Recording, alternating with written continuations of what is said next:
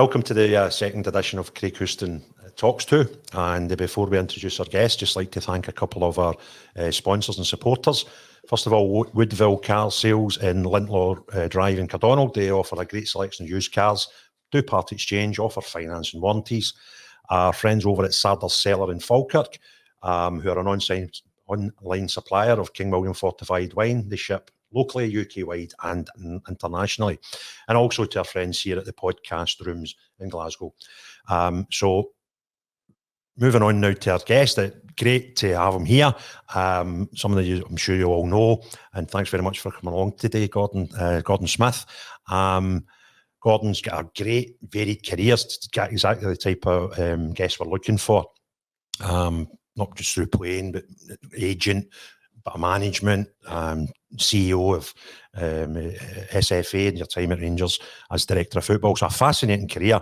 Do you want to just tell us, start with your chronological order, your football, Gordon, your local to Ayrshire, I take it your grassroots team, your first boys club, or maybe down there, and then you went to Kilmarnock. Just talk us through how that all came about. Well, I was born in Kilmarnock, but I was brought up in Stevenston, family of Stevenston, and I was interested in football from an early age. Unfortunately, I never ever met my grandfather, but he played for Kilmarnock, and he won 2 Scottish Cups for Kilmarnock, and he's still to this day the only Kilmarnock player that's actually won 2 trophies. Everyone else has only won 1. Wow. He's the only one, and he was captain the second time they won it. So that kind of got me into football. I never got to meet him or get any, speak to him about his stories. I'd have loved to have done that. He was dead before I was born. But I actually then, from an early age, I was basically dedicated to becoming a player. And I did practice an awful lot. That was, I don't know whether much was natural and much was from practice, because I did work a lot on it. And I wanted just to be better and better all the time. My family used to go to Kilmarnock games, so I became a Rangers fan quite an early age when I saw Jim Baxter playing. Right. He became my hero. And what was great about that was that I started kicking the ball with my left foot because I wanted to be like Jim Baxter. So I started to practice my left foot all the time. And it was quite funny because when I went to play for the Lifebuoy team, my first team, the manager of the guy who took the team said, "You're a good wee player, son, but you're too one-footed. You have to learn to use your other foot." And I was quite surprised when I could use my right foot quite quickly. Just as easy. Because I was actually naturally right-footed, but I was using my left all the time. But it turned out to be a great thing for me in my career, because as I went on, a lot of people always appreciated the fact that I was a 2-footed player. And it was quite funny because I was at Kilmarnock, and to finish the story on that was the fact that Willie Fernie came in as a manager from Celtic. He was a youth reserve team manager there, and he put me on the left wing.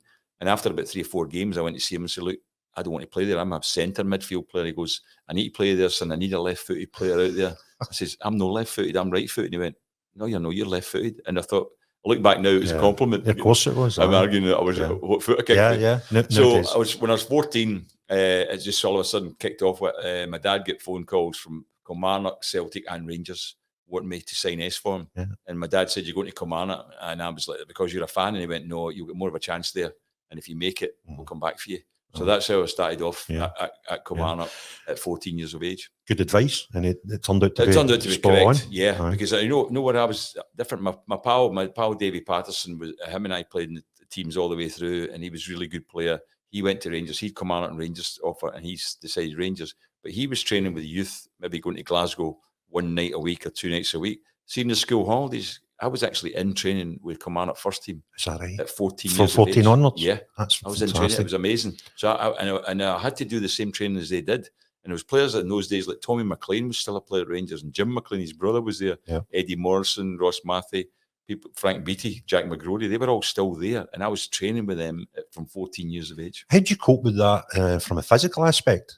Well, it was amazing. I think it brought me on physically, because what happened was I had to do all the training. They were even pre-season training, running up hills and cross countries and all that. I had to do all that. Never get held back from doing the training that everyone else is doing. But what happened was then I was still at school, and when I went in for the school sports, I won the school sports quite comfortably because I was a good runner by then, and I was strong. I mean, you're a tall lad for your age. I was quite tall. When I signed it at 14 years of age, I still remember this. I was 5'8", but I was 8 stone 6, and my dad. And my mum told me years later that my dad had always said that he didn't think I'd be a player. I was too skinny. I was too thin. He didn't think I'd make it. He said my ability was okay, but because of my physique. So I was thin as I was growing up. So that was quite tall. Yeah. But getting flung in against adults. I mean, that's the thing with kids are getting to try and be football players. At some point, they're going to need to play against adults. Absolutely. To be in a bunch that at 14. Well, it's a good point you're making, Greg, because that was something I've always argued about, even in my time in the SFA, and even since then, when they brought in the development squads, right? Because what I said was, at 16 years of age, I became a professional, and I was playing against men and alongside men, right? And I think it brought me on, and you develop quicker because of that. When you actually, nowadays, they're still playing under 18s, under 19s, under 20s. So it's boys against boys, basically, people the same age. And I don't think you can progress as much. And I don't think the clubs can see that progression as much because they know they're playing against other boys, right? But whereas I was playing against men, then I was getting seen. And by 17 years of age, I was in the Kilmarnock first team. Yeah. So hopefully these coach systems that they're doing for the Rangers, Celtic, I think Hearts and Hibs are doing them as well now, should give the young players, at least it might be a lower level playing in the totally lower league. I absolutely agree. And what I did was I've actually, it's not come much into the media side of things, but I actually put this paper to the SPFL must be about 15 years ago, that they should have the B teams in the leagues. And what I said was, to see the two lower divisions, League One and League Two, they should become League One North and League One South, so they get regionalised. So what you do is you cut down on the travel for these teams and the expense. And the second part of it was you then put the six most northerly B teams going to be League One North, and the six most southerly going to League One South. So what happens is then they've got matches against the B teams, and that would bring in crowds as well. And what I said from my paper was that the B teams would always play their games, all their matches at the division team's home ground. Okay. So they would actually have the 21 home games, all the matches.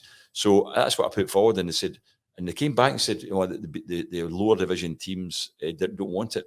I was like, what do you mean they don't want it? He said, if they think that all the publicity and all the media stories will be about the B teams rather than them.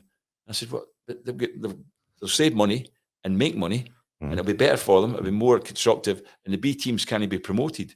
It's only the teams from that league that can go up to the championship. No, didn't want it. So I was fascinating idea. To be fair. I was frustrated by so many things in the game, Craig. Yeah, I think the part about giving the lower league team all the home games, a great advantage for them as well. That's what I mean. And then you're looking at teams like right up in the high north from Inverness, even up beyond that, Peterhead and people like that, all there with all their games then would be in the lower part of would be in their own part of territory. Yeah, so fortunes, same travel, less travel, save them fortunes, and there'd be more derby matches from that as well. So that they would actually be like raising more money from that. Were you working for the SFA at that time? Is this? I did it before I even was in at the SFA, but I've done it since as well, and it got rejected. Wow. Fascinating. So this is the stuff that I think is interesting. Yeah. So all this stuff behind the scenes. So go back to your Kilmarnock time at Kilmarnock. Did you make more appearances for Kilmarnock than any other club in your career? Or? I think so. I think, my most appearances were Kilmarnock, because I was in the first team at 17 and I played till I was 22. I get transferred to 22. But, when I signed for Rangers, it was fascinating because Jock Wallace, the first thing Jock Wallace said, he shook my hand and said, "Welcome to the club, Gordon." He says, "That's taken a while." I said, "What do you mean?" He goes, "I've been trying to sign you for the last 4 years. Do you know?" Stop it. Yeah. So you'd have been 18 when he first showed their interest. You didn't know anything about it? No, I didn't know a thing. And I said, "So you tried to sign me 4 years?" He goes, "I've been in twice a year for the last 4 years." I said, "Well, that's funny you said that, because the reason I wanted to know is why you signed me, because you've signed Davy Cooper and I'm playing the left wing for Kilmarnock. You've signed Davy Cooper." And he went, No. He says, "I first saw you playing middle and midfield. Okay. That's where you're going to play for us." He says, and he said something really interesting. He says, "You're the last piece of the jigsaw." That's what he said to me, and I was like, "Right, thanks. That's where I want to play." Wow. And that was where I played. So well, obviously things were different then with the contracts that players were on, and clubs would just basically keep players forever if they wanted. How did you not hear about it? Just never heard in those days. You never get told what was going on. I mean, the classic was about, I think it was 2004 or 5. I was at a dinner in the Hilton in Glasgow, and Tommy Docherty was speaking. And during his speech, he just went, "I see Gordon Smith there. I tried to sign Gordon as Man United manager." Went on my speech, right? So I went up and I went, "Tommy, how you doing?" He went, "How you doing?" I said, "See what you said up there?" He goes, "You didn't know?" I said, "No." He says, "I phoned Kilmarnock, it was a Friday. offered, you were 19, he knew this, he said, you were 19 years old, offered Kilmarnock 100,000 for you. They accepted it, but they said, can Gordon play for us tomorrow and we'll do the deal Monday? And he went, oh, okay. He said, you must have played well. I went, what do you mean? He goes, when I'm back on Monday, they wanted more money. Brilliant. And they tried to negotiate. And he said, wait a minute here, you agreed. I let him play for you on Saturday. Yeah. You agreed 100,000 on Friday. That's the deal. He said, they still kept trying to negotiate. And he said, if you don't stop this, I'm putting the phone down. And he says, I did. And it was me finding it like 30 years later. Aye, incredible. And then what was the fee when you eventually went to Rangers? The fee was 65 plus 2 players left Rangers, Colin Steen, and I think it was Boy Henderson went, I think, as well. They went to Kilmarnock as well. So it was 65. And that was not a bad deal, Colin Steen plus 65 grand. That was 4 years later. That's incredible, isn't it? So how do you find out Rangers are interested in you? Well, I was working. I was part-time because I did a degree. I did a business degree, and I just started a new job as a marketing development manager. When I was in my office, I was 10 days in the job. It was a Monday morning. The season had started on the Saturday, and this was the Monday. And I got a phone call, and it was Wally Fernie, the command manager. Where are you? I said, well, you phoned me. You should know where I am. And he goes, no, I got your number for the secretary. I said, I'm in my office. He says, you in Glasgow? I went, yeah. He said, you far for Ibrox? I said, no, why? He just sold you to Rangers. I'll see you there in an hour's time. Oh. That's how I get told. So I went to my boss at the business and I said, look, I've got to nip out. I didn't tell him where I was going. I've got something I've got to deal with. And he went, yeah, it's okay. So I went there and but the funny thing was that I said, when Jock Wallace, after we'd signed the contract and all that, I said, what's the programme? He said, we train every morning. I said, what do we do in the afternoons? He said, generally you're free in the afternoon. And I said, I've got a job just down the road. Can I keep working? And he said, yeah, as long as it doesn't interfere with your football. Stop it. And I went, that's fine. So he said, but when we need you, you're with us. I said, yeah, definitely. If we go a European game, and I went, yeah, okay. So I went back to my work and I said, I have 2 things I've got to tell you. One is I've just signed for Rangers. They're like, joking. I went, no. And they went, oh my God, so you're leaving us? I went, that's the second thing. I don't need to leave you. They said I can work in the afternoons. And they went, right. So how long did that go on for? 20 months. I stayed in the job for 20 months. So you've won a treble working in an office in Glasgow? For spare time. I often wondered whether, the funny thing about it was I wondered whether it was a good thing in one respect. That it meant my mindset wasn't just concentrating on the football all the time. As soon as the training was finished, I had other things to think about. Yeah. I was involved in the marketing side of the company, working away there. And I just wondered whether that made me relax about the football because I had another interest. And gave you a lot of things to look at once you'd stop playing football. Oh, definitely, yeah. It gave me a good training that that I was able to say to people, like in my CV, like I was a marketing development manager for a company for 20 months, even though I was a professional player. I had my degree as well anyway, but it was good to be able to do both things. And probably saved you a fortune because at that time it would either probably been bookies or pub after training. So absolutely, and I was doing that or golf. I didn't drink, so I was actually one of the major reasons for staying in the job was I had a car with the job. Really? So I had a brand new car, so I kept that. So you missed pre-season. Yeah, I did, which was probably a good thing at that time. The first game the first game had been played. Yeah. Does that mean you never done a Jock Wallace pre-season? No. Lucky you. No, but I was okay with it, although I found that the next year we did it again with John Gregg took us to Gullin as well. Yeah, okay. But it was almost the same training session, but it was the hardest session I'd ever done because the sand was so soft. And what happened was each session was the more steep hill. The hills got steeper and steeper till you ended up with what was called Murder Hill. And it was about 100 yards up the way like that, steep as anything. And what they did was they put cones in halfway down. And you started at the top, and you ran down, and you went round the cones halfway down, then back to the top, then down to the bottom. So your finishing run was about 100 yards uphill in this soft sand. It was a killing training session. It really was the hardest ever. But you know what? There's no doubt about it. But see, when I was at that first season, Jock Wallace used to bring it up all the time. This team you're playing against today, they couldn't do Gullin, by the way. So there was a psychological element to it. That's why he had us doing that, to make us think, hey, we're fitter than anybody. Right, that was what it was. So you joined Rangers, your first game, you missed the first game, so second game of the season. And the second game, I was on the bench. But what happened was, it was a funny story, because what happened was I didn't play in the second game because Jock Wallace had said to me, you're part-time player, Gordon, I'll wait till your fitness is the same as the rest of the boys before I put you in the team.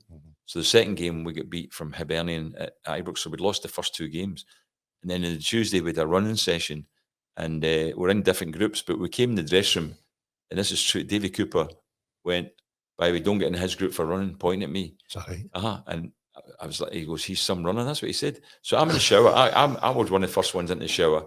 Next thing was Alec McDonald came in and went, you have to get your gear on. I went, what do you mean? He goes, there's a race.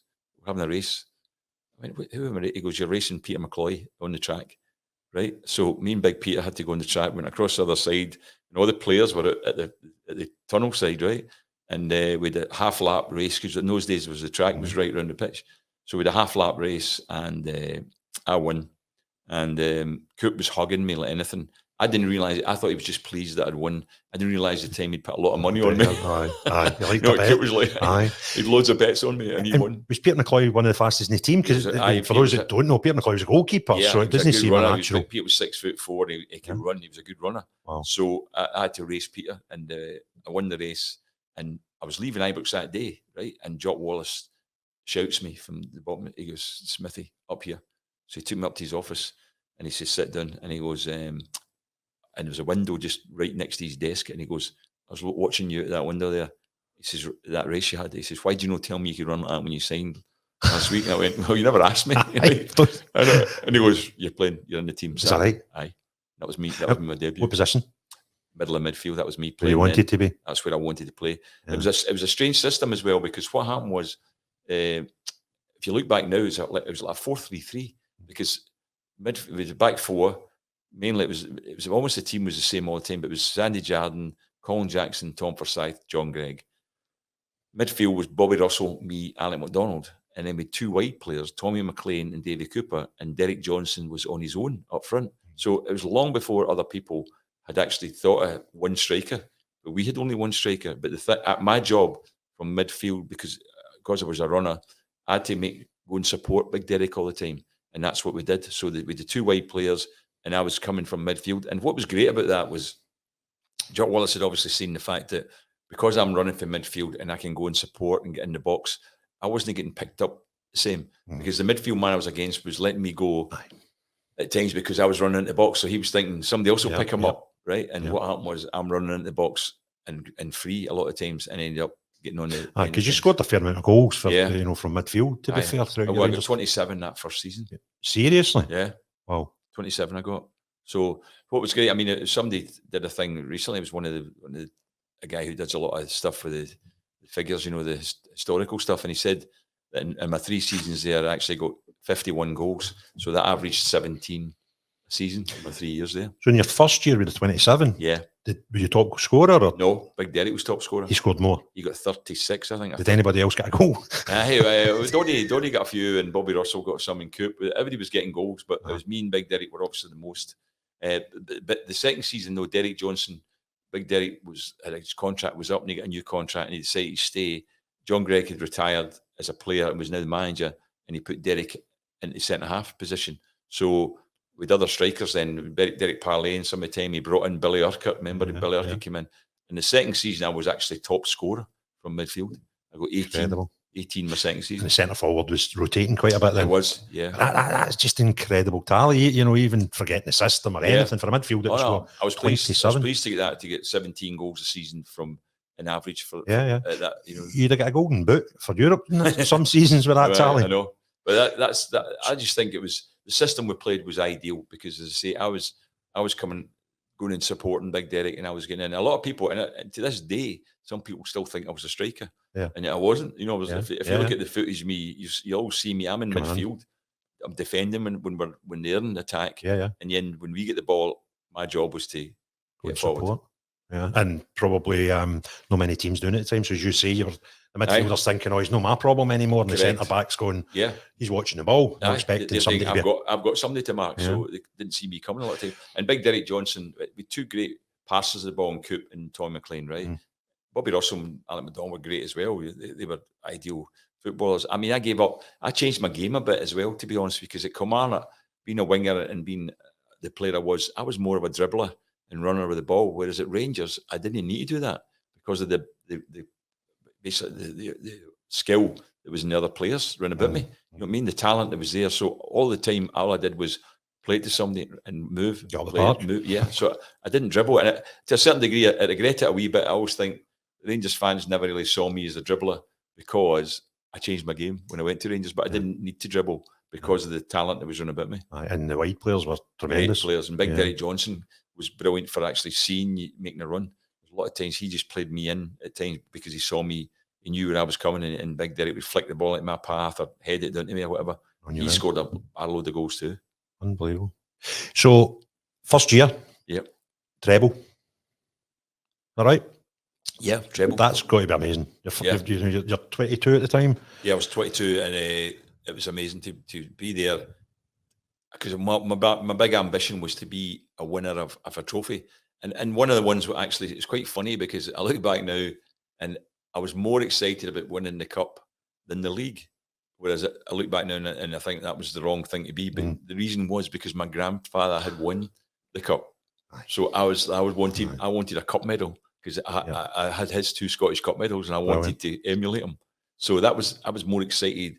We won the league the week before the cup final. We beat Motherwell at home to win the league, and then the following week, Saturday, was the cup final against Aberdeen. And I was more excited about that than I had been excited about winning the league the week before. And at that time, would there have been 2 subs? One, I think it was even one. Maybe.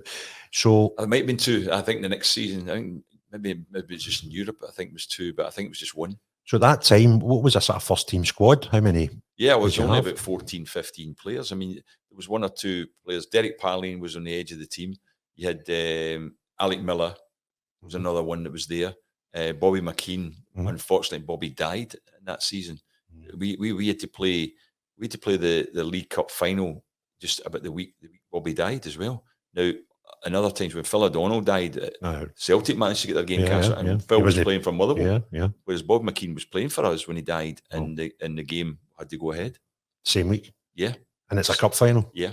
Incredible, wasn't it? Yeah, definitely. And obviously, the way things worked, that would have been the first trophy in the treble. So yeah, it was the first one. Yeah, get it in early. And it was against Celtic as well. So, but we beat Celtic, and that was good. And I was pleased that game because Big Jock almost injured me after the game with the hug he gave me because I scored the winning goal with about 2 minutes to go. Super. And I made the first goal for Coop, and then Edvilson equalised, and then it went to extra time, and I scored. I think it was about 2 minutes from the end when I got the winner. And Big Jock grabbed me after the game, as I say. It was like agony with it when he grabbed me around the neck and he was hugging me like anything. But that was what he's like. He was the best manager I played for. He really was. Yeah. He knew when to be tough on you, and then when to be like supportive of you. Yeah. You know, because I remember, this is true. I remember one game. I'd just got into the club at first and was scoring goals, Craig, and I was sitting there and he was having a bit of a go at half time, and he suddenly just grabbed my shirt and he pulled me and he says, "See, when I say we're not playing well, I'm talking to everybody in the team." He put me down, and I suddenly realised I must have been sitting in my face going, "No, it's not me." It's I'm all right. So, but then a few months later, same thing happened. We played the game, and obviously I didn't play too well, and I must have been sitting thinking about that. I wasn't looking too cheerful, and he did the same thing. He pulled me out of the seat and he says, "See, when you give me the effort you gave me today, son, you'll always be in this team." Right? So it's the carrot and stick, really. Yeah. That was lifting me when I was down. Yeah. Another one was putting me down when I was too high. Yeah. Right. And that's what he was like. And I always appreciated that. It's great management. That. Yeah. So did you only play for him for a year in your career? 1 year. That's amazing to get that amount of impact on you. Yeah, 1 year. And I was so sad. Honestly, it was like a death in the family when my mum, the season was finished. My mum suddenly came up. I was still living at home. And my mum came up and said, "It's just been on the radio, Jock Wallace has left." I was like, "You're kidding me on." I couldn't believe it. I was so down with it. And no build up to it. Just we never knew. Out of the blue. Just out of the blue. Jock Wallace has resigned and left. It's incredible. Incredible, yeah, it was. So first year's finished. Treble's the bag. Yep. You're in the summer. Looking forward to next season. Your manager's gone. Aye. When did you find out John Gregg was going to be your manager? It wasn't long after that. It was before the season began that he was appointed as a manager. Basically, it was like I felt it might be the case when actually I think it was announced first that he was retiring as a player. That was his last season, and then you thought, well, maybe they're going to give him the manager's job as well because of that. And sure enough, he got it. I always think, looking back, it's a mistake for somebody to become the manager straight away of the club they've actually played for And that, you know what I mean? Although he was a legendary player and all that thing, it's a tough job because you then become from being a teammate to being the guy that runs the team, and that I think that's too hard. Yeah, it's a tough gig because you went from being part of this to try to remove yourself. Correct. And it's a bit of a poison chalice to a degree as well, because you're not only you taking over. If we had a season of winning nothing and he took over, it might have been easier for him. Yeah. But when you've just won a treble and you take over, then you're also pressurised a bit. And the guy that you're following. Yeah, exactly. A lot of pressure. Yeah. So we get into the second season and nearly done it again. Yeah. The second season was a disappointment in one respect because we actually did, our European football was great in terms of how we played. The first two games we beat Juventus, who were favourites to win it. They ended up, that Juventus team, I think there was 7 of the team that played against us ended up being World Cup winners, right? That's how good they were. Tremendous team. And they'd won the UEFA Cup in the summer before it and we played them. So they were favourites to win the Champions League as it is now. And we beat them at home 2-1. 2-0 after losing 1-0 in Turin. Then we played Eindhoven and they'd never been beaten at home in Europe. And we drew 0-0 at home and beat Eindhoven over there 3-2. There's a great story about that one because what happens is Greggy, because we drew 0-0 at home, Greggy's tactics where he said, we'll keep this tight for 20 minutes, right? We'll just play a tight game, 20 minutes, and then we'll see how it's going. We don't want them to score early goal, right? Fine.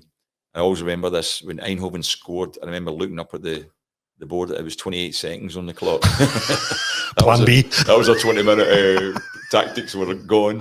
And it was quite funny because we walked back to centre circle. We're all looking at each other and went, what are we doing? Alec McDonald, he was brilliant. He just went, you know what we do now, guys? I went, what? And he goes, we just play our own game now. Sorry. We just play our own game and we go and try and beat them. And we'll do that. And we did. So how did scoring go? Who scored next? We scored. We were winning 2-1. Then they equalised to make it 2 each. And then we were actually through at 2 each because. But then Bobby get the winning goal, which was a famous remember goal for us to win 3-2. That was the first time they'd ever been beaten in Europe at home. So that was brilliant. So we knocked out the best 2 teams. But what happened was for the quarterfinals there was a lot of problems in terms of games had been cancelled. So there was a backlog of fixtures that season, games that had to be replayed. And even the weather, when we played Cologne, the weather was so bad in Glasgow for the return game that the game got cancelled on the Wednesday night and get moved to the Thursday night. And we had to play them the next night. And we weren't at full strength. Although, funny enough, just in the last couple of months, a friend of mine sent me the team on the night and I couldn't believe it. I was quite shocked to find out that we played Cologne in the European Cup quarter-final, having lost 1-0 in Germany, and we played Cologne, and up front, Billy Urquhart was up front that night, and on the bench for us that night, 2 players on the bench were Derek Johnson and Derek Parlane, right? Injured? No, they were on the bench. No, they were the subs. Aye, but why were they not starting? God knows. I don't know why now. When I look back at that, I was thinking to myself, Billy Urquhart before Derek Johnson and Derek Parlane, 2 international players, and they were on the bench.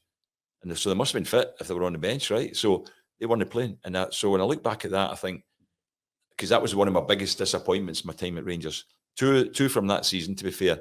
The loss to Celtic at Celtic Park on the last game for them, when if we'd got a draw even, we'd played Partick in the next game and that would have won the league. That would have been another treble because we then beat Hibs after that. So that was a big blow to lose to Celtic at Celtic Park because they ended up with 10 men beating us. Mm-hmm. That was a real blow. Was it 2-1 Rangers at the time? When Celtic got man sent off? Yeah, I think we were winning. Aye, and they got man sent off and beat us 4-2. Now I look back, it's quite funny. I can't remember anything from the game. I don't know. I've got no even memory of the goals in like that. I must have been under such a downer afterwards. Yeah, I must have been totally devastated by it. Obviously, winning the League Cup, winning the Scottish Cup, your first time as a manager, and coming second in the league by a fraction, you would think in most circumstances that would be acceptable and good and a good platform as a manager. It was, but because of the nature of the defeat, 2-1 up against Celtic, down to 10 men, going to lose, and the league's away. Yeah. Do you think that affected the team and or the manager at the time? I think it could have affected him a bit because, as I say, he was beginning to bring in more players. I think he also thought that that the team was getting a bit aged because it was, to be fair, at that time there was Bobby Russell, myself, and David Cooper coming in the season before. There was a lot of the team had played had actually been playing in the 72, you know, Cup Winners' Cup Cup win. playing, yeah. Yeah, so you've got Peter McCloy and Sandy and Colin Jackson, Alec McDonald, Tommy McLean. They were all like late 20s, early 30s, basically. And I think Greggy began to think he had to change the squad about, and he began to bring in players. And to be honest with you, they were all decent players that the clubs were with, but it's a big factor to play for Rangers. There's no doubt about it. A lot of players come to Rangers and can't cope with the pressure that comes on. Because in Jock Wallace, I remember Jock Wallace did say that to me when I was signing. He goes, "There's two things in important, son, when you play for this club. You need ability and you need character."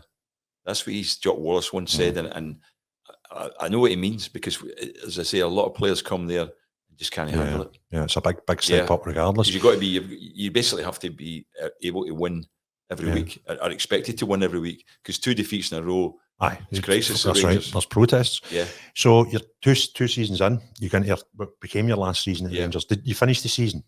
I finished the 3rd season. Yeah. Yes, we got beaten in the cup final. That was my last game that season. We lost to Celtic 1-0, and that was disappointing as well, because I think we were the better team that game, and that was disappointing for us to lose to Celtic. So that was the only thing, because even our league form was poor.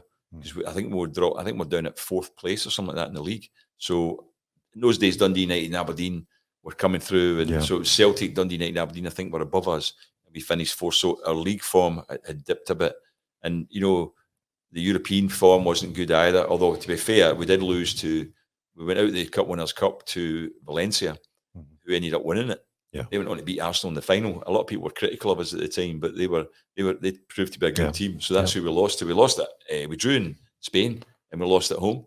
It's not a bad thing. It's not a terrible result. But so that was a bad season. And but then what happened was, that was when Greggy phoned me at the season was finished, and I got a phone call at home from John Gregg saying, "Can you do me a favour, Gordon? Can you go into Brighton and speak to Alan Mullery? He's a pal of mine. He's been trying to sign you, but I don't want to sell you. Just go and speak to him, will you?" And I was like, "Okay." So I went down to Brighton, and I never thought much about it at the time. Big Davy Provan came with me. He was one of the coaches at Ibrox at that time. Davy Provan came with me, and I sat in with Alan Mullery, and it was quite funny, because Alan Mullery thought I was negotiating, and all I was doing was saying, "No, I'm not coming." Right? The money went up. No, I started off. To be fair, the money he started off with, the first offer was double my Rangers wages and 30,000 to sign on, and I got to treble my Rangers wages and 50,000 to sign on, and I'm saying no. And he said, "Look, go for lunch, and we'll talk after lunch." Okay. So I went with Big Davy for lunch to this hotel, and David Provan says to me, "Some money, Gordon." I was like, "I know, it's unbelievable." He goes, "You're not thinking of taking it?" I went, "You know I'm not taking it." And he goes, "All right, I'll tell you now. The deal's done." I went, "What do you mean the deal's done?" He says, We've sold you. We've agreed." I says, "That's not what Greggy told me." He goes, "Well, I'll tell you." He says, "We thought you would accept the money. That's why we didn't tell you." I then phoned Ibrox, right? And Greggy came on the phone, and he goes, "Have you signed?" That was the first thing he said. I went, "No." "You've not signed?" I went, "No, I'm not signing." He goes, "Yeah." I said, "I'm not signing." "Yeah, if you don't sign, I'll make your life hell." He says, "You'll never kick a ball for us again." He says, "You won't even get a game in the reserves." He says, "You'll be in morning and night training. You better sign." I said, "I can't believe you're doing this. You never told me that." And he was, that's the story. And at the time, I didn't know it was a record fee they got for me, right? It was about 440,000, right? It was a record fee. But I was devastated by that, because I didn't want to leave Rangers. I did a month earlier, actually. I'd signed a 5-year contract. Stop it. A month earlier, right? So I went back to Alan Mullery and I said, "I've had a thought about it, and I've decided to sign for you." And he was like, "Great, that's brilliant." And then he said to me, I've been in for you 6 or 7 times this year." And I was like, "Honestly?" And he says, "I first saw you playing last year, because Brighton played in the Lieutenant Caledonian Cup tournament, right? Was that the one at Ibrox one? Was that what it was called? I think the Rangers tournament. There was one with the 4 teams. It was Tenants Cup from memory. Yeah. I remember I used to save all the programmes, and I've got Cup, that in my What head. happened was, we played 2 games in that. We played West Ham and then Kilmarnock, and I scored 3 goals in the 2 games, right? And Alan Mullery said, "I saw you in the 2 games. You scored 2 against West Ham and against Kilmarnock." He said, "David Cooper made the 3 goals for you. Is that right? I tried to sign you both." No way. "Yeah." And I went, "Seriously?" And he goes, "Yeah." He goes, "I was in for you both." And I went, "What happened?" He goes, "Well," John Gregg said, "You can have one. You can't have both." And he said, I've chosen you." And I said, well, you get the wrong one, actually. You sure? That's what I said to him. He did laugh. It goes, you think so? And I went, yeah, I think you get the wrong one. He goes, no, I wanted you both. He says, he made your 3 goals. He said, you've got a great partnership with him. But he says, John Gregg wouldn't give me both. So he says, but I want a midfield player that can score. And I think you can do that job. So I'm guessing in the 3rd season, you're playing the majority of the games, if not all of them. There's nothing to indicate. I was more often used as a sub than I'd been in any other seasons, though. I was quite a few games I was substitute. And so I wasn't like, I didn't get the feeling that Greggy was totally happy with how I was playing anyway, because he was making me sub a few times. And who did he have in your place at the time? I think different people. I think he was playing. Even one game he had Gregor Stevens playing midfield, and He was a right back. A centre half as well. Of course, he was a centre half, and he had him. Honestly, and this is the truth. We'd beaten. I think we'd beaten Hearts on the Saturday. I think in the cup we'd beaten Hearts 6-1. And the Wednesday night we're playing Dundee, who were bottom of the league at Ibrox, and he left me out and put Gregor Stevens into midfield. And I went to see him. What are you playing him? He goes, I think we need to be a bit more tight in the midfield. And I went, we won 6-1 on Saturday. And he goes, I know, but he's more of a defensive player than you are, Gordon. And I went, okay. And that was me on the bench. We won that game 1-0 with a penalty. And I was on the bench. Did you get on? No, didn't get on. But so that was I mean, to a certain degree, although I wasn't getting on great with Greggy, and I could tell I was not first choice. Coop was a wee bit the same with him. He wasn't really. He was left Coop out a lot of games too, actually, and even European games he didn't play Coop in European games. Who would they play out there? I think we played a different system because we actually played with 3 centre backs in Europe. So we played with the 2 full backs, we're wing backs. So that's why I left Coop. A bit of words. So. I mean, they still leave one up top and go, so it'd almost be a 5-4-1. 5-4-1, that's what he did. So in European games, I was playing sometimes, I even played as a striker in a couple of the games away from home because I could run about, you know. But what happened was, so that was me at Brighton. And I came home, my wife, Marlene, said, how's your day? And I went, you better sit down. What do you mean? I says, I've signed for Brighton. She went, no way. Why? And I said, I had to tell her why. She couldn't believe it. You're getting a new house. But I'm getting more money, so you're all right. Like, And see, give it some comparison. What would you get signed for? You ended up 50 grand, did you say? I got 50,000 sign-on fee. Now, what would £50,000 have bought you back then? Well, it was great because what happened was that was my deposit on my house. My house I bought in Brighton at that time was £75,000, but I couldn't put the 50,000 on because the tax rate was 60% higher rate tax in those days. Yeah. So almost my whole 50,000 was taxed at 60%. So of the 50,000, I actually got 20 in total. That's your deposit for your house. But that was my deposit. And so you paid 60, and I take it your house was quite a nice house down there. It was lovely. I paid 75,000. I wish I kept it because it's probably worth over $1 million now. Right. So that it's equivalent to 800, 900 grand then. Correct. It's incredible, isn't it? What was great was it was quite funny because most of the players had been signed by the club from other clubs, and most of us moved into Hove, which was the kind of upmarket area down there, and the stadium was in Hove, and I actually could walk to the match on a Saturday. I was 5 minutes walk from my house to the stadium on a match day. So where else would players anywhere nowadays be able to walk to their stadium to play the football in 5 minutes? And do it. And that was the posh area of Brighton. But the stadium has now been moved. It's now out of Brighton now, so it's a different place. It's a much better stadium. Yeah. So you're at Brighton, and it was something that I was a kid at the time. So it was in my head somewhere, but I completely forgot about it. You turned up back at Rangers on loan. Yeah. Why did that happen? Why did Rangers need you, and what was the reasoning behind it? It was the strangest thing because what happened was I'd fallen out of favour I had a bit of an argument with Mike Bailey. He was a Brighton manager, and I argued with him about how I was playing. He was playing me left side of the midfield, but it was such a defensive role. He didn't even like me making runs in from the left wing. If I saw the space and I ran in there and got on the ball, he gave me a route. No, I want you to stay out wide. So I had a bit of argument, and he left me out of the team. So I was out for a few weeks when all of a sudden I got a phone call from Tommy McLean, and Tommy was assistant manager to John Gregg, and he said, are you interested in coming back and loan, Gordon? And I said, what do you mean? He goes, I would like you back for a month's loan. And I said, I'll have a think about it. And that was when I went back home and said to Marlene, I said, what do you think? And she went, I'm not sure. So I phoned Jimmy Melia, was the chief scout. I said, can I have a word with you? And I went to see him. I said, listen, Rangers want me up for a month's loan. What do you think? And he says, well, you'll be up there, it's December. He says, you'll be up there during December with your family and all this. You can have a nice Christmas, New Year with your family. And you're back here in a month's time. And let me tell you something that I want you to keep a secret. I'll be a manager when you come back in a month's time. I was like, you'll be manager? He goes, yeah, Mike Bailey's getting sacked. He said, you'll be back in the team when you come back down. And did he fancy you as a player? Yeah, he liked me. So what happened was the funniest thing. So I went back, I phoned Tommy McLean. I said, Tommy, I'm going to come for a month's loan. He went, oh, that's great. This was a Thursday, Wednesday. And I said, I'll come on Monday because I know you've got the cup final on Saturday. This is true. That's what I said. And he went, no, we want you for the cup final. I said, do you want me to come and play in the cup final on Saturday? He went, yeah. I says, oh, right, let me think about it. So I went back to Jimmy Amelia and I said, Jimmy, they want me to play in the cup final. And he goes, that's great. Why not? And I went, well, I don't think it's fair to go and play because somebody then is getting left out of the team that's helped them get to the cup final.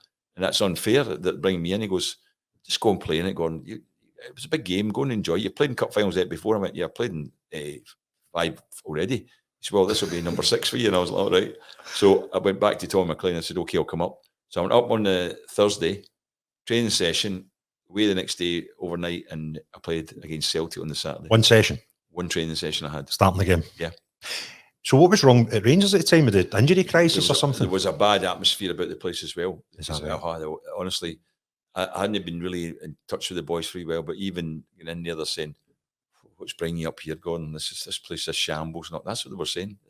And I was like, really? And he goes, it's terrible. And Davy Cooper was saying you shouldn't have come back. And I didn't even want to tell Coop that actually Brighton were wanting to sign him. I kept that for years a secret until he finished playing at Rangers. I didn't want him getting in, knocking the door to complain. But so it was a bad atmosphere. It really was. And it came across in the game and how we played. Didn't play well at all. Jim Bett scored free kick for us, and I think Murdo McLeod and Charlie Nicholas got their goals. We lost 2-1. And you started. It's amazing. Yeah.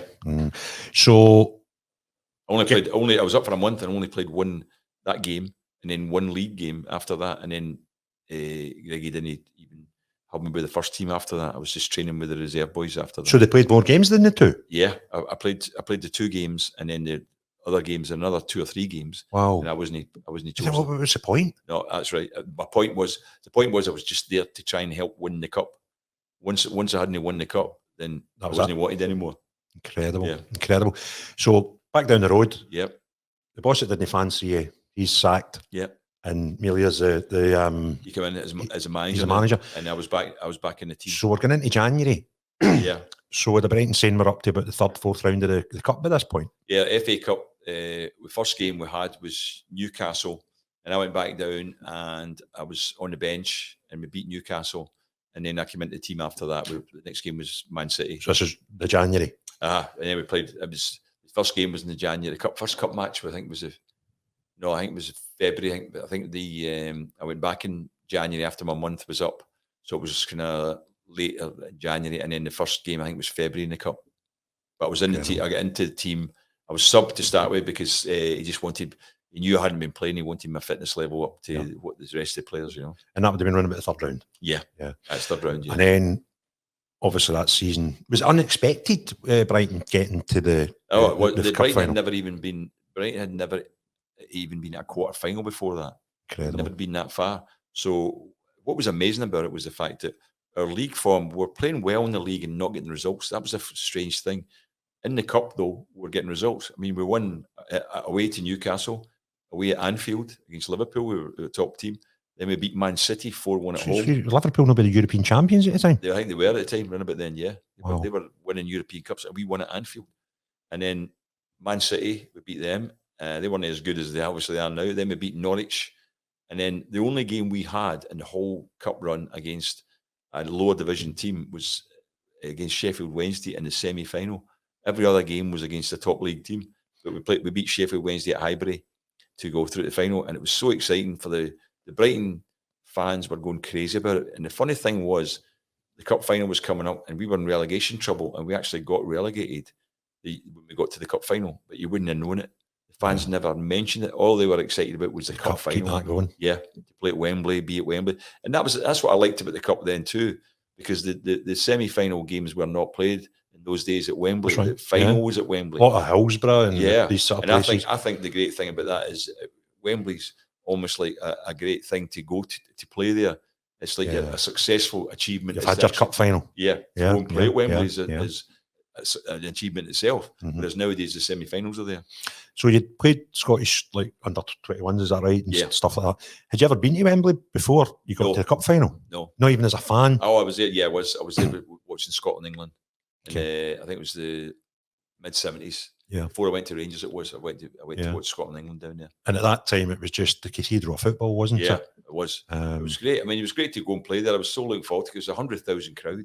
I mean, it was great. And in those days, you came up from behind the goals and all that. That's but right. we were. It was a fascinating thing because as I say, the people were going crazy about it, and we brought out a record as well, and it got great sales. And all of a sudden, I was invited on to Top of the Pops. Oh. And the Thursday night, I was on Top of the Pops. And I know through talking to you before, you're a wee bit of a musician. Yeah, I play guitar as well. But it was quite funny because we'd recorded the song for the cup and we were all singing on it. But the guy who was recording the song thought I was the best singer. So we recorded another song to bring out. If we won the cup, we recorded a song that we were going to bring out afterwards. So it was my singing career that I was ruined by my missing cup. Not my football career. What did they put in the B-side? I don't know. I can't remember what it was. Some fan chant or something. It probably was. But so I was on Top of the Pops on the Thursday night. And then the Friday night we were in a hotel. And with Bob the Cat Bevan, the speaker, was entertaining us on the Friday night in the hotel. Then the Saturday we went by helicopter to Wembley. We were the only team ever to go by helicopter to the cup final. It was incredible. Yeah. So I remember these days. I mean, I was a kid at the time. I was born 73, so I would have been 10. Yeah. And the whole day for cup final day was a totally different experience to us today. Amazing. It was the pinnacle of the season. It was the biggest game in world football, actually. The biggest club game. It really was, because it was shown all over the world. Because that offered people like mentioning every different countries at that time, and I'll tell you a story later on about that when I was at Man City. But it was the biggest game, and it was, as you say, right from early morning. The cup preview started, and it was right through to the game, 3 o'clock kickoff. Even the Scottish Cup, I remember playing my own kid when I was a kid and playing your game at 9 or 10 in the morning and running home. And it didn't matter, by the way, if Rangers were in it or not. If it wasn't a Rangers Cup final, you still watched the cup. Everybody watched the cup final. There's very few live games. That's right. That's probably why. That was the problem. Yeah. You hardly get any. You'd come home maybe 11 o'clock, get flung in the bath, round TV on, and you would have things like 2 for each team sitting talking about their favourite records. That's right. The whole programming schedule was all football based. It was a great occasion, and you're part of this. Yeah. And it's your first game at Wembley. And as I've introduced you to young football players before, you scored the goal at Wembley in an FA Cup final. Yep. And against Man United. Yeah. That just must have been incredible. It was a great moment for me because, to say, I was actually, what happened was, during the cup run, it was quite funny. Obviously not anticipating we were going to have a great cup run. There was a couple of transfer deals done by Brighton.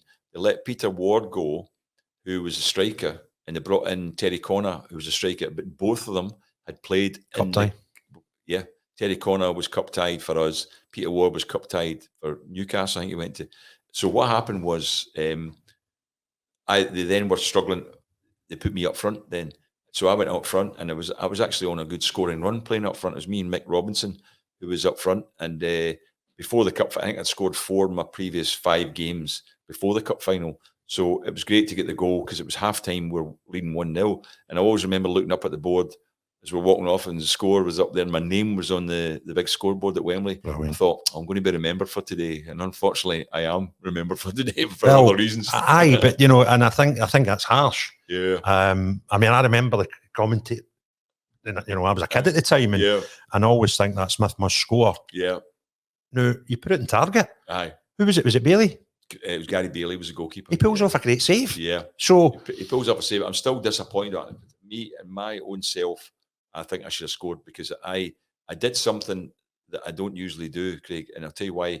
I actually I thought he was going to come towards me, and I decided to shoot low, close to his feet, so that he would find it hard to get down. I hardly ever did that. Normally what I would do would be look as if I was going to safe foot it to his left and then fire across it to the other side. Yeah. So I regret to this day I did that, because what happened was, for some reason, he dived as I shot, but he dived the wrong way, but it stuck into his legs. That's As right. I went to get the rebound, he smothered it. he managed to get it and take it. And I'll never forget, as I walked away thinking, I could have scored. I should have scored there. The final whistle went. Now that's how. The main aspect of it is also the. Oh, was that right at the end? Of final course, whistle my went. memory's not. That's Yeah, right. I know you it was mentioned the it. last minute of extra time. Wow. So there would be no way back for them. Yeah. That had been a goal. And there's no penalties at that day. No replay. And he's took a bit of a sore one in the replay. So I won the replay, and you know the funny thing, I watched the replay about 10 years ago. It was on YouTube, and I watched it, and actually it was quite funny, because we actually played pretty well in the first half, and we didn't take our chances, but we were as good as Man United, and then they scored 3 goals before half time in I think it was the last 10 minutes or whatever, and it was bad goals, but we're losing 3-0 at half time, and that was it over. Yeah, because they had a lot of good players. You know. Well, that's what I was just going to pull up. I was looking at this just last night, done a wee bit of homework before we came on, and let me just read out the Man United team. Yeah. Is this the first game or the second game? I think it was the same team. This is it. Right. So Gary Bailey in goals, Mike Duxbury, Kevin Moran, Gordon McQueen, Arthur Albiston, Alan Davis, the one and only Ray Wilkins. Did you get his top, by the way? No. It's a shame. I know. Brian Robson, captain, Arnold Murin, Frank Stapleton, and Norman Whiteside. Yeah. Now that team, and I'm 10-year-old at the time, Aye. and I know that's a great team. Yeah.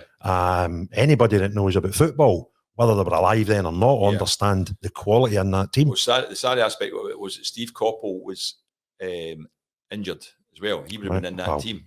And so Alan Davis came in the team. Now, what happened, see, at the end of the replay, I've still got my shirt from the first game. I kept my shirt from that game. But the replay, we got another shirt, and Alan Davis asked to swap with me. So I gave him my shirt, right? And I've got his. I've still got it to this day. 9 years later, he committed suicide, by the way. Dear me. He did. 9 years later? 9 years later, at age 30, he committed suicide. He was still a professional player at the time for Swansea, and he committed suicide. He took his little girl to nursery and then committed suicide after that. So you'll cherish that top. Well, I actually offered it to a charity. They have never got back to me about it. Because of the Man United was in the cup final, the big game. It was with Brighton last week. I offered them the shirt to actually auction it or raffle it in order to fund, because it's a charity to help people who have got suicide tendencies. Yeah. And they've never come back to me yet. Yeah, they said on the phone, send us details. They gave me their email address. I've sent them an email about it. Nothing. Incredible gesture, but that's a special jersey because of the memories of the game. Yeah, and that guy's so sad that he was in the winning team and yet he ends up.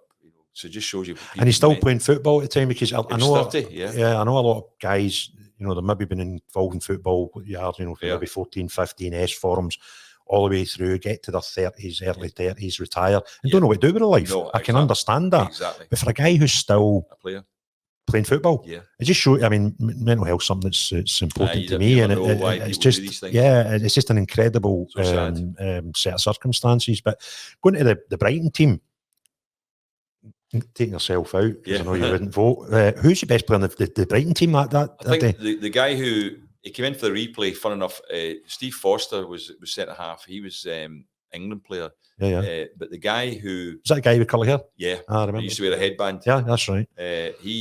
The guy who had helped us run, especially in the cup. Most of the games he was a scorer or made goals with Jimmy Case, who'd come from Liverpool. He was a big career with Liverpool. Was a good player. Yeah, he was long time. Won European Cups with them, and he was the hardest player ever as well. Was he a veteran at the time? No, he would be not much older than me, but about 27. Is that right? Because he had a big career with Liverpool. I mean, probably he was a great player, a lot of games. He was the hardest man as well I ever played. And the funny thing was, I always remember we played Liverpool when he signed Jimmy. In the first game we played against Liverpool, I said to Alan Hansen after the game, I says, Graham Souness was quieter than normal today. He says, you know why? And I went, no. He goes, because you've got Jimmy Case in your team. Because Graham knows not to mess with Jimmy. That's what he said. That tells you how hard he was. Yeah. It tells you how hard he was, And again, let's get back to my notes here. There was a story you told me a few years ago, and it was one of the most intriguing things. I'm a strange guy. You talk to football players, and obviously you got all the football stories. But you told me a wonderful story about a beetle. Oh, yeah. Yeah.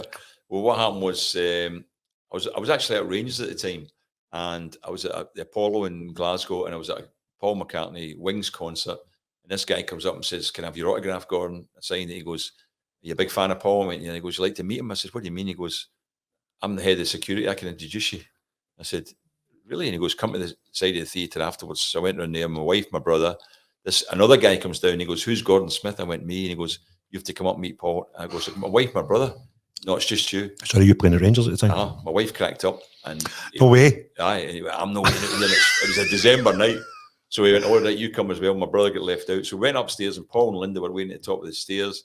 Started talking, and on 2 occasions I said, "Look, thanks, great to speak to you." He goes, Where are you going?" I went, "Well, you've got other people to see." There was a big load of people behind him and all that. And I went, "No, I'm happy talking to you." He said, "I'd love to come and see you playing sometime." And I was like, "Right." I said, "That'd be great." And I said, "He goes, here's my number, my company number. Get in touch and let me know. I'll come to a game." And funny enough, I'd also said to him, "My brother would be disappointed, never met you." He goes, "Where's your brother?" I went downstairs. "Why did he not come up?" I said, "Because the guy wouldn't let him up." "Who?" I said, "That guy over there." He shouts the guy over. "What's your brother called?" "Billy." I went, he goes, "Go downstairs and bring Billy Smith up here." So my brother comes up. He was only about 17 at the time. And Paul McCartney goes, "So you didn't want to meet me, Billy, eh?" And he went, "Aye, you wouldn't let me in." He goes, "Oh, I heard you didn't want to meet me." That's what he said. Brilliant. But he was brilliant. So 6 months later, I'm transferred to Brighton. So that was when it was. It was December 79. 6 months later, so I got in touch with his company and said, "Look, Paul wants to come. It's maybe better now because I know he lives in Sussex. He lives in Peasmarsh." And next thing he said, "Yeah, Paul says you'll be in touch." But then next thing, my wife and I get invited to a Linda McCartney photograph exhibition in London. We went along, and Paul and Linda were there, and in the book. And Linda said, "Oh, look who it is." I thought she get me mixed up because this was about now Linda McCartney. 2 years later. Look who Linda it is. McCartney said, "Look who it is." And Paul went, "Oh, Gordon, how are you getting on and all that?" And I was like, "I'm fine." He goes, "Listen, come down to the house." I went, "What do you mean?" He goes, "You know where I live, Peasmarsh?" I went, "Yeah." He goes, "Come down any Sunday, come and visit us, right? We're always in on a Sunday." So about a couple of months later, I said to my wife one Saturday night, "We're going to meet Paul." And she's like, "No way." And I went, "Yeah, we are. We're going down." So we took some food and all that. We went down, and sure enough, we found the house. Nobody would tell us where they lived, actually. It was so funny. We found this wee lane, and it said, So you're in this place in the middle of the country saying, "Where's Paul McCartney live?" And everybody's just went, "Yeah." Right. Saw this sign. It was so funny. It said, "Beware of the children." It was a funny sign with it. Who would put a sign like that? "Beware of the children." So we drove down, and sure enough, Linda McCartney's walking along with the kids with the dog. And she went, "Oh, it's yourself. How you come on in?" So we went in, and Paul was in the house. It wasn't a big house and like that. So I sat with him all afternoon, chatting away. And it was quite funny because it was great to talk to him and everything. And at one stage, he said, "How's getting on the cup?" I says, "Well, we've just been drawn against Liverpool at Anfield." He goes, "Oh, you won't win that, will you?" And I went, "Probably not." He goes, "This is a two good." He says, "That's a pity." He said, "If you got to the cup final," he said, "I'd love to come and see you if you get to the cup final."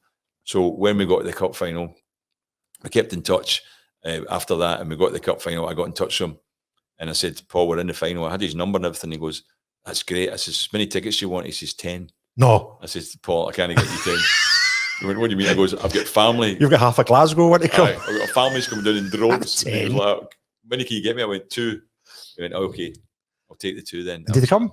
No, what happened was a week before the final, maybe a week, 10 days, phone call one night, Marlene's on the phone with, and it turned out it was Linda McCartney she's talking to. Then she said, "Oh, Paul wants a word with you." It's Linda, "Paul wants a word." So I went on the phone, and Paul said, "Sorry, Gordon," he says, 2 things. One is I can't come to the game. He says, "We've got to go and record. We've got this album, and the studio's only available at this time." It's over in the Caribbean somewhere. Wow. And he says, "The second thing I've got to tell you is we've lost the tickets. No. I can't find the tickets," right? I'm like, "No problem." Because the funny thing was I'd taken a note of the registration number and all that. So I was able to go to the FA. Yeah. I got copies made, which was great because there was a friend down there who couldn't get a ticket.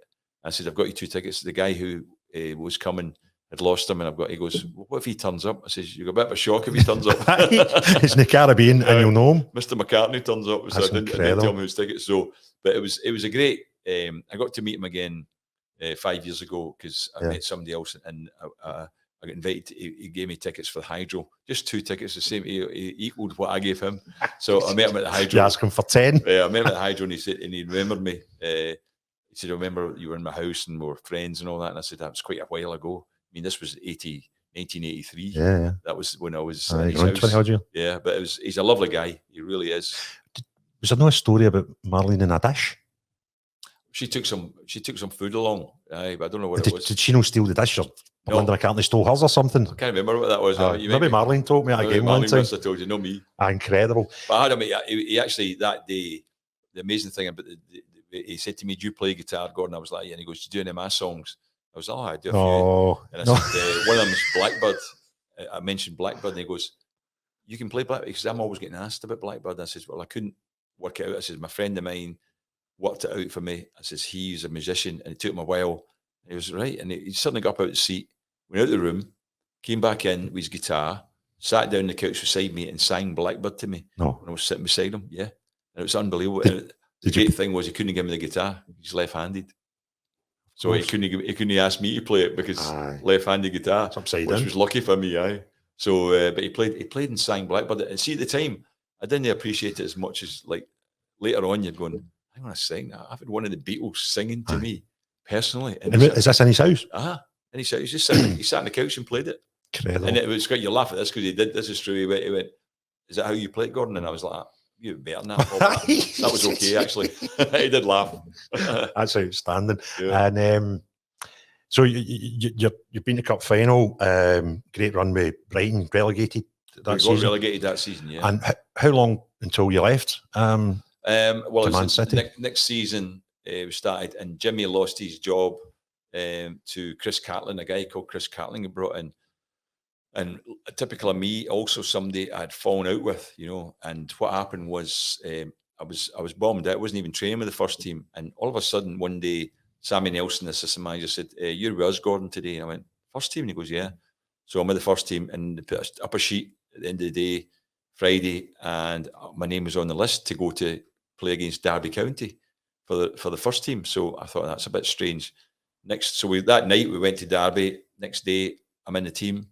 We beat Derby 3-0, and I scored, and I couldn't believe it. All of a sudden, back in the team, and next day, Sunday, phone call at the house, Billy McNeil, of course, Man City manager. Yeah, I wasn't thinking that one through. And he said, "I see you scored yesterday, Gordon." I went, "Yeah." I says, "I was surprised to play." He goes, "I'll tell you why you were playing."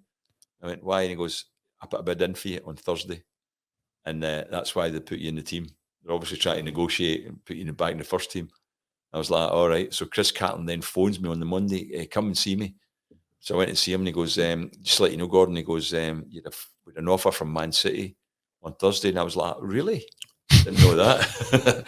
I wish you couldn't say, He goes, "But after the way you played on Saturday, I don't want you to go." I said, "What do you mean?" He goes, "You're outstanding." I went, "Hang on a second." I said, "Obviously, I played on Saturday because you got a phone call." He went, "Yeah, well, that was the reason, but you were outstanding." I went, "I don't care.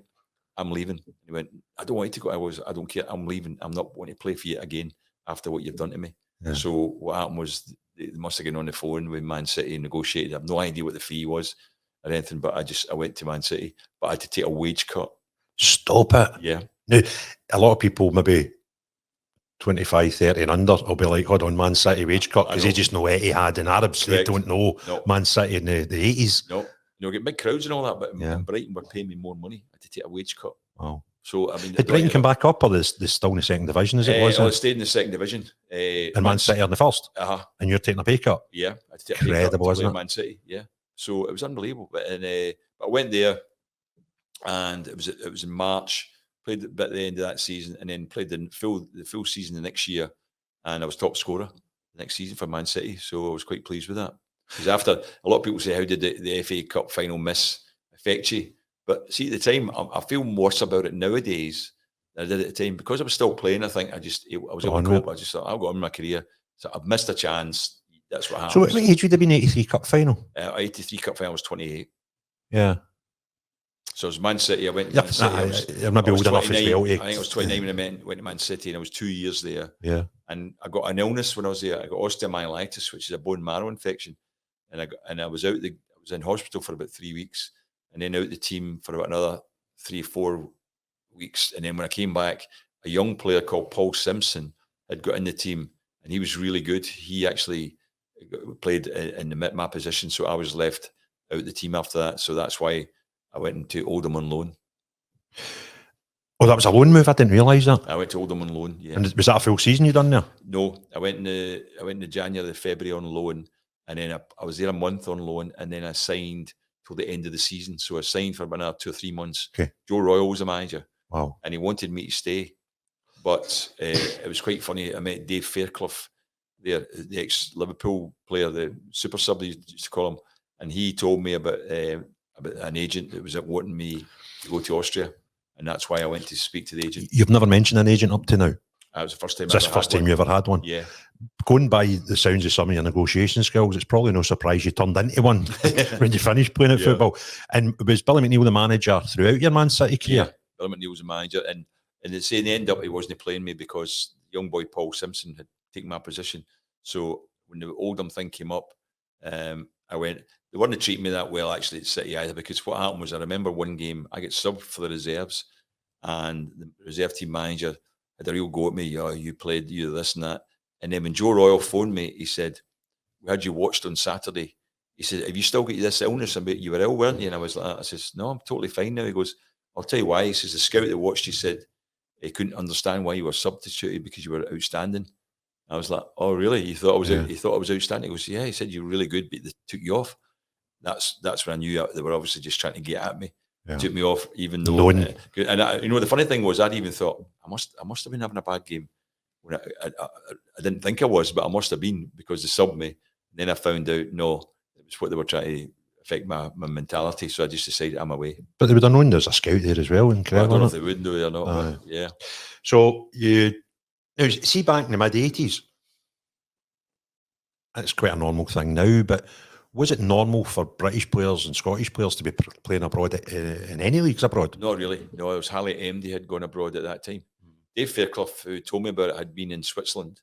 He played there, but this was an Austrian team that wanted me, Admira Wacker. They were an amalgamation of 2 clubs in Vienna, and they wanted me, and I thought it'd be a great experience to go there, because at that time my plans were to actually be in football management, and so I thought myself, if I go and experience how they play and train and abroad, I'll learn something from it, and that's why I went. And I was there for about 15 months when they had big financial problems, the club I went to, because it was an interesting one. This is why I always talk to people about amalgamations, because these 2 clubs were amalgamated, right? And their crowds, their crowds, amalgamation crowds, were actually more. The initial crowds were more than what they got when they joined up. So they were both getting 6,000 or 7,000 people, and when they joined up, they were getting 5,000 at their games. So that just shows you amalgamations don't always work. Yeah. So they came to me and said, we need to let you go. We've not got any money. We've not got enough money to keep you going. So I said, I'm not going. I've got a 2-year contract. So I hung on there, and the 2 Yugoslav players that were there at the club, they both left right away, because I stayed on.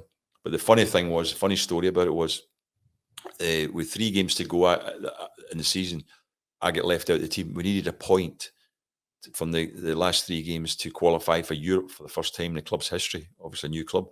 And I was left out 2 games. And the 3rd game, I was on the bench as well, and we're losing 1-0 away from home. And I went up and stood in front of the manager, a guy called Gustav Starek, who played for Bayern Munich at one time. So I stood right in front of him with about 10 minutes to go. I'd warmed up, and I said, "Are you going to put me on?" And he looked up and he said, "Are you going to score?" And I went, "Yeah, I'm going to score." He put me on. He went, "Right, get stripped. You're going on." He put me on, and about 5 minutes later, from a corner, I was outside the box. The ball got headed out, and I volleyed it in for the goal for a 1-each draw. Now, the players carried me off on their shoulders at the end of the game. This is true. Players carried me off, because that was us in Europe, right? Yeah. And we're sitting at a bus on the way home, and we're sitting there, and he was come up and he was well done, Gordon, today. German, obviously, and said, "Fantastic." Then I felt him fidgeting about down at my sock. And when he walked away, I put my hand down there, and there was a big bundle of notes in my sock, equivalent to about £500. Seriously? Yeah. He put it in my sock as a thank you. Brilliant. For what I'd done. And I never played again for them. That was my last ever game. But it's amazing to... Did they continue the next season, have a wee European run and get a couple of quid back in? I was away, yeah. I think they did. They were in Europe, but I was away. I went to Basel. Yeah. 2 lovely cities, to be fair. You picked some nice places to live. No half, eh? I'll tell you a funny story about Gustav Starek. He actually said to me one day, he says, "You're Scottish, Gordon." I was like, he goes, "Do you ever remember a player called Jim Baxter?" No way. And I went, yes, I do. I says, he was my favourite player. He says, I was on the bench. I was a young player, he said, for Rapid. He said, and I was watching Rapid against Rangers. And he said that one of the best performances I've ever seen from a player. Now, he played alongside Beckenbauer, Muller, Yeah. all these guys at Bayern, right? And I went, one of the best performances. He said, he was fantastic. And I said, Rapid, he broke his leg that night. And he went, I know, they were trying to break his leg. The manager told them at halftime to injure him. Yeah. And I was like, you're kidding me. And he goes, no, broke his leg. Disgusting. But, yeah, you know, we all expect it, but we just never want to hear it. So that's us. Now you came home for a wee bit. No, after your seasons, 2 seasons abroad. 2 seasons abroad. I played a full season for FC Basel, which was great too. Great experience because they were ahead of us in terms of the medical side and all that. They actually used to take the training and they would take blood from your ear to work out the lactic acid, which tells you your recovery from training. It was unbelievable how advanced they were compared to how they were in the UK at the time. Amazing. Yeah. And then once you've stopped playing, you came home, done maybe a season or two. Is that right after that? Yeah, I came back from I had 3 games with Stirling Albion, but it was quite difficult. Jim Fleeton was the manager at the time, and because I knew him from when we were kids, we were brought up the same. He was Cowan, I was Stevenson. We played against each other at schools and all that. But what happened was I had 3 games for Stirling, and from having played in Switzerland and Austria to suddenly play now for Stirling Albion, it was a big difference. Because in Austria, in Switzerland, the goalkeeper rolled the ball out to the back. You played Stirling Albion, and goalie kicks it out of the field, and so people weren't showing for the ball when I was on the ball, and they're just sort of looking at me as if to say, "What are you going to do now?" And I'm thinking, "No, I need you to actually get a bit of movement here. Help me, a bit of movement." And so I just thought, I'm packing That's in. it. So after that, this is where it's career-wise, just absolutely incredible story. You then become an agent. Yeah. It's a bit of management, a bit of coaching. Yeah. I went back into financial services though. I went back into becoming. I got approached by a company in London Capital, and they asked me to become a financial advisor because they knew my background and they were dealing with a lot of players. Okay, yeah. For financial services, they asked me, and then I worked in London for them for about 6 months, and then I opened a Scottish office for them in Glasgow. So I ran the company there, and I was employing about 5 people in the Glasgow office. Yeah, and predominantly doing the same sort of thing. Yeah, high value financial football players and stuff like that. And I started to bring in football players, but then I got approached by Tony Fitzpatrick at St Mirren to become the assistant manager. So it was a big decision to make whether I left financial services business because it was going well for me, but it was always had been my ambition to get into football. And the coaching side, I'd done my A license, all that stuff, and I decided I'm going to do this. So I went as assistant manager at St Mirren.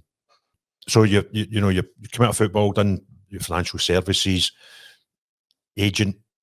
2 things I want to talk to you about is your time at SFA, how that went for you, and then obviously back to Rangers. So, how did you end up at SFA, and how did that go for you? I was an agent at the time. I'd been working for a firm of chartered accountants then as a financial services manager, and I decided to start an agency. I brought an agent in. Then he left to become a scout, Jim Melrose. He left to become a scout for Leicester City. So they then asked me to become the agent. And it was because it was getting quite successful, I decided to take it my own. So I became an agent. But in 2007, I was approached by the SFA to apply. And I said, I'm not applying for the job. So they then come back to me and said, can you come and meet us anyway? So I went and met the president and a couple of other people. And then they offered me the job. So I decided to take it, but I didn't do my due diligence on it to understand that as chief exec, I thought I'd have a lot of power, and I didn't. All I could do was make recommendations, and everything for the board and the committees, they were the people that made the decisions at the end of the day. So all I could say was, I think we should do this. Then it would be a vote on it. Whereas I thought I would be able to do things as chief exec, but I couldn't. And through that time, you bumped into Pele?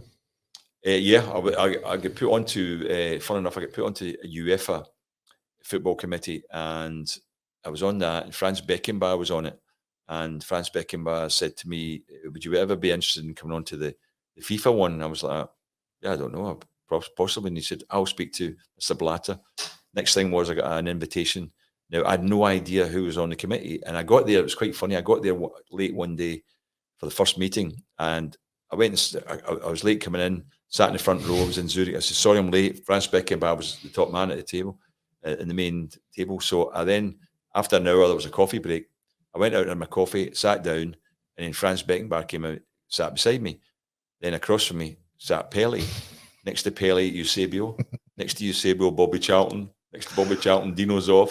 Next to Dino Zoff, Dragan Stojkovic. And I'm thinking, if there was a team getting picked here, I wouldn't get in it. I might be the sub here. I wouldn't get in this team.